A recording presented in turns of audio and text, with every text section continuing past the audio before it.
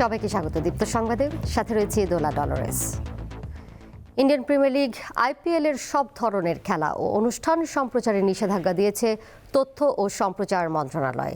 দুপুরে এই সংক্রান্ত নির্দেশনা জারি করা হয়। এতে বলা হয়, ভারতীয় ক্রিকেট বোর্ড কর্তৃক আগামী ২৬ মার্চ থেকে শুরু হতে যাওয়া আইপিএল টুর্নামেন্টে বাংলাদেশের তারকা খেলোয়াড় মুস্তাফিজুর রহমানকে কলকাতা নাইট রাইডার্স দল থেকে বাদ দেওয়ার নির্দেশ দৃষ্টিগোচর হয়েছে। ভারতীয় ক্রিকেট বোর্ডের এমন সিদ্ধান্তের কোনো যৌক্তিক কারণ জানা নেই এবং এমন সিদ্ধান্ত বাংলাদেশের জনগণকে ব্যথিত, মর্মাহত ও ক্ষুব্ধ করেছে। এই অবস্থায় পরবর্তী নির্দেশ না দেওয়া পর্যন্ত আইপিএল এর সব খেলা ও অনুষ্ঠান প্রচার বা সম্প্রচার বন্ধ রাখার জন্য নির্দেশক্রমে অনুরোধ করা হলো। যথাযথ কর্তৃপক্ষের অনুমোদনক্রমে ও জনস্বার্থে এই আদেশ জারি করা হয়েছে বলেও নির্দেশনায় উল্লেখ রয়েছে।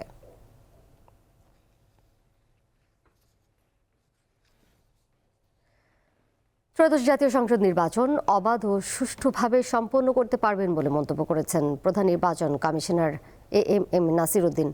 সকালে রাজধানীর আগেরগাঁও নির্বাচন কমিশন ভবনে আপিল গ্রহণের বুথ পরিদর্শন শেষে সাংবাদিকদের তিনি কথা বলেন। এদিকে রিটার্নিং কর্মকর্তাদের দেওয়ার সিদ্ধান্তের বিরুদ্ধে আজ থেকে নির্বাচন কমিশনে আপিল আবেদন শুরু হয়েছে, যা চলবে আগামী ৯ জানুয়ারি পর্যন্ত। আসন্ন নির্বাচনকে ঘিরে এরই মধ্যে যাচাই বাছাই শেষে ৩০০ আসনে মোট ১,৮৪২ জনের মনোনয়নপত্র বৈধ ঘোষণা করা হয়। নানা কারণে মোট ৭২৩ জনের মনোনয়নপত্র বাতিল করেন রিটার্নিং কর্মকর্তা। আপিল দায়েরের জন্য নির্বাচন ভবনের সামনে 10টি বুথ স্থাপন করা হয়েছে। এক্ষেত্রে প্রার্থীদের অঞ্চল অনুযায়ী নির্দিষ্ট বুথে আপিল দায়ের করতে হবে। 10 জনের যে বক্তব্য ছিল সেই বক্তব্য না দেখায় 10 জনের মধ্যে 8 জনকে বলছে যে তারা সমর্থন করে না। আসলে এটা মিথ্যা। আপনারা আমাকে বলছেন যে আমাকে 1% ভোটার তালিকা নিয়ে আসতে হবে, এটা আপনি আমাকে বলছেন, কিন্তু আমি যখন ভোটারের কাছ থেকে স্বাক্ষর নিতে যাচ্ছি তখন আমার উপর হামলা হচ্ছে। You cannot ensure my security concerning that. যখন নমিনেশন ফাইল করে অনেক লোক গিয়ে হাজির হয়, রিটার্নিং অফিসারের ওখানে অনেক একটু ভিড় হয়, কিন্তু it will all be over ইনশাল্লাহ। আমরা এখনো কনভিন্সড যে আমরা একদম একটা ফেয়ার অ্যান্ড ক্রেডিবল ইলেকশন ইনশাল্লাহ দিতে পারবো। চিন্তা করবেন না, সবার সহযোগিতা নিয়ে ইনশাল্লাহ। এ বিষয়ে আরও জানাতে নির্বাচন কমিশন ভবন থেকে এই মুহূর্তে সরাসরি যুক্ত রয়েছেন সহকর্মী শিউলি শবনম। যাচ্ছি তার কাছে। শিউলি, প্রথম দিনে এখন পর্যন্ত কতজন আপিল আবেদন করেছেন? তারা কি গণমাধ্যমের সাথে কথা বলেছেন কিনা, কি বলছেন তারা?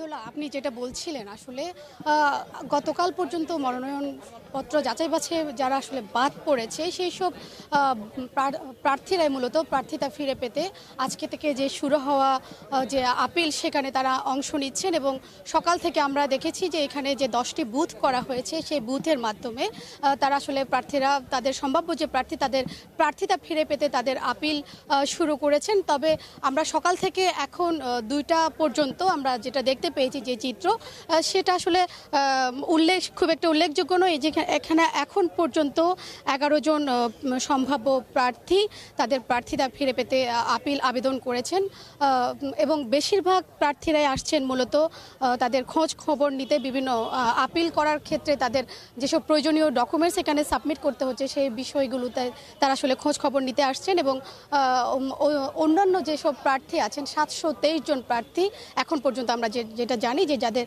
মনোনয়নপত্র বাতিল হয়েছে তারা হয়তো আগামী 5 দিনে তারা ধীরে ধীরে এইসব আপিল করতে তারা নির্বাচন কমিশন ভবনে আসবেন। এবং এখানে যেসব বুথ স্থাপন করা হয়েছে 10টা বুথ, ঢাকা, খুলনা, রংপুর, চট্টগ্রাম, কুমিল্লা, এরকম বিভিন্ন অঞ্চল ভেদে 10টা বুথ, সেখানে তাদের আপিল আবেদনগুলো তারা আসলে সাবমিট করবেন।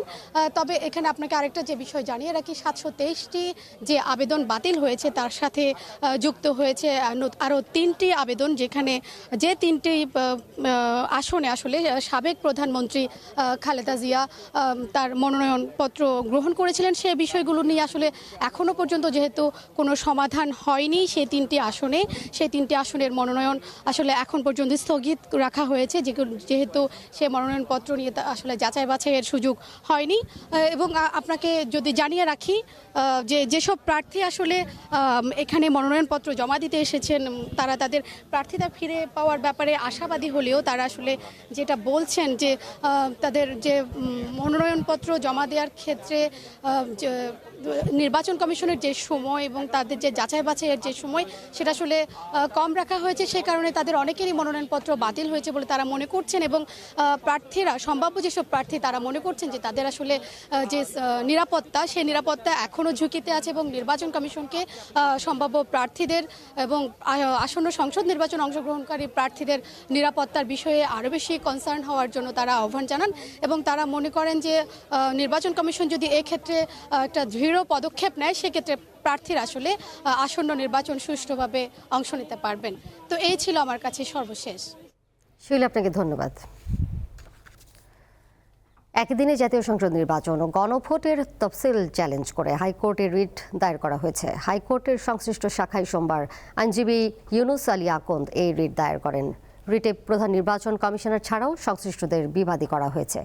চলতি সপ্তাহে বিচারপতি আহমেদ সোহেল ও বিচারপতি ফাতেমা আনোয়ারের হাইকোর্ট বেঞ্চে এই রিট আবেদনের ওপর শুনানি হতে পারে। এদিকে ভাঙ্গার হামিরদি ও আলগি ইউনিয়ন নিয়ে ফরিদপুর 2 সংসদীয় আসন থেকে সরিয়ে আগের মতো ফরিদপুর 4 আসনে যুক্ত করতে হাইকোর্টের দেওয়ার রায় বহাল রেখেছে আপিল বিভাগ। প্রধান বিচারপতি জুবাইর রহমান চৌধুরীর নেতৃত্বাধীন আপিল বিভাগ সকালে এই আদেশ দেন। রিটকারীদের আইনজীবী ব্যারিস্টার হুমায়ুন কবির বিষয়টি নিশ্চিত করেন।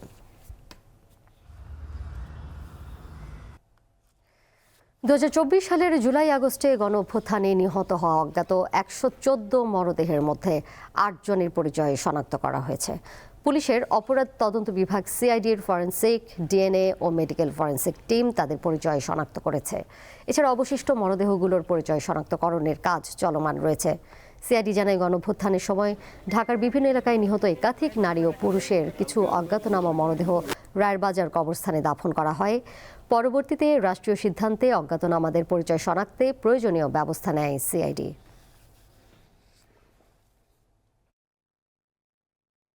একশো 14টি ডেড বডি আমরা উঠিয়েছি।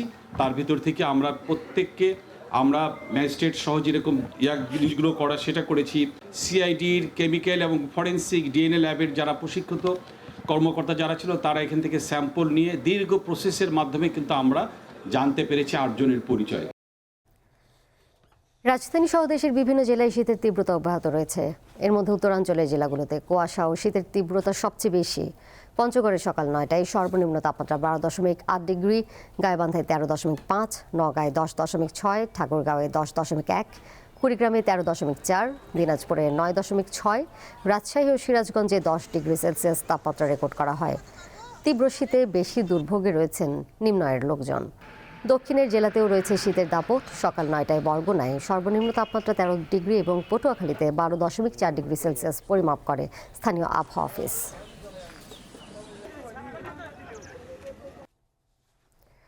জাহাঙ্গীরনগর বিশ্ববিদ্যালয়ের জাতীয় কবি কাজী নজরুল ইসলাম হলের 723 নম্বর রুম থেকে 20 বোতল বিদেশি মদ সহ এক শিক্ষার্থীকে আটক করেছে হল প্রশাসন। রোববার রাত 10টার দিকে ওই কক্ষে অভিযান চালানো হয়। আটক শিক্ষার্থীর নাম ফজলে আজওয়াদ। তিনি 2022-23 শিক্ষাবর্ষের সরকার ও রাজনীতি বিভাগের শিক্ষার্থী। জানা গেছে 31st নাইট উদযাপনী মদের বোতলগুলো আটক ওই শিক্ষার্থী সংগ্রহ করেন। এই ঘটনা তদন্ত করে বিশ্ববিদ্যালয়ের শৃঙ্খলা বিধি অনুযায়ী ব্যবস্থা নেওয়ার কথা জানায় হল প্রশাসন।